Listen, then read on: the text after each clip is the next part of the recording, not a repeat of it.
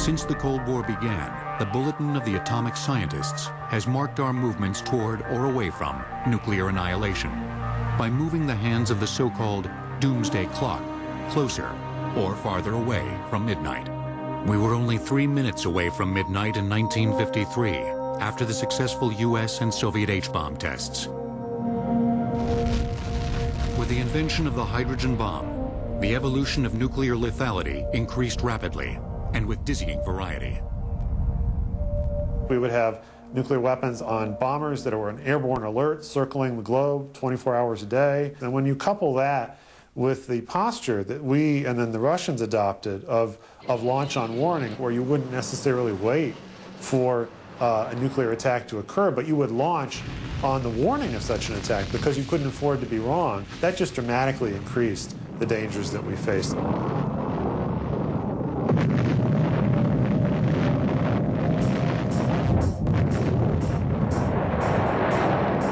The introduction of the Intercontinental Ballistic Missile, or ICBM, was a watershed moment. An ICBM is a rocket 30 to 100 feet tall, filled with liquid or solid fuel. Once it's blasted into space, it can fly at 20 times the speed of sound. An inertial, radio, or satellite guidance system leads it toward the target, and the re-entry vehicle simply plummets to Earth. After ICBMs came supersonic nuclear bombers and submarines carrying up to 200 warheads, lurking off the enemy's coast and able to strike at cities in 5 to 7 minutes. Then came MIRVs, or multiple independently targetable re-entry vehicles, missiles carrying up to 10 300-kiloton warheads, and small winged nuclear-armed cruise missiles that could be fired. An ICBM is a rocket 30 to 100 feet tall, filled with liquid or solid fuel. Once it's blasted into space, it can fly at 20 times the speed of sound.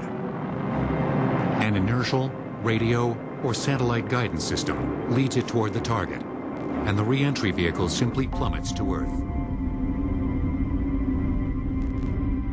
After ICBMs came supersonic nuclear bombers and submarines carrying up to 200 warheads, lurking off the enemy's coast and able to strike at cities in 5 to 7 minutes. Then came MIRVs, or multiple independently targetable re-entry vehicles, missiles carrying up to 10 300-kiloton warheads, and small winged nuclear-armed cruise missiles that could be fired from ships or airplanes.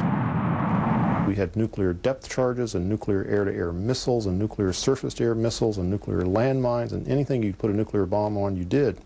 Between 1949 and 1990, the Soviets built 55,000 nuclear bombs. During roughly the same time, the United States built 70,000. With the end of the Cold War in 1991, the doomsday clock moved back to 17 minutes to midnight. But in 2004, it read 7 minutes to midnight, exactly where it was in 1947 when the practice began. Russia's deteriorating early warning networks and the nature of its nuclear command are among the reasons for the heightened risk of doomsday. Russia today has no effective, really early warning satellite network, which means that in conjunction with its decaying early warning ground-based radar network, there are large portions of the day, maybe upwards of 15 hours a day, where Russian generals have no idea whether they're under nuclear attack. A frightening incident occurred in 1995 when a false reading by Russian early warning satellites caused then-President Boris Yeltsin to activate his nuclear football for the first time. And so in January of 1995, a peaceful rocket launch out of Norway toward the North Pole triggered one of the most serious false alarms in Russian nuclear history, involving, for the first time to my knowledge ever, a president of either Russia or the United States in a nuclear decision-making emergency. Meanwhile, every time another nation goes nuclear, the risk of nuclear war and nuclear terrorism spikes. Just as the political situation changed several times in the 20th century, so it may in the 21st. And we have to be aware that 50 years from now, there could be a new geopolitical situation, a standoff between some new superpowers, which could lead to a situation at least as dangerous as the worst period of the Cold War.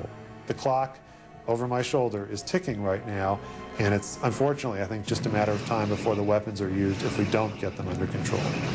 Nuclear weapons, like all technology, cannot be uninvented.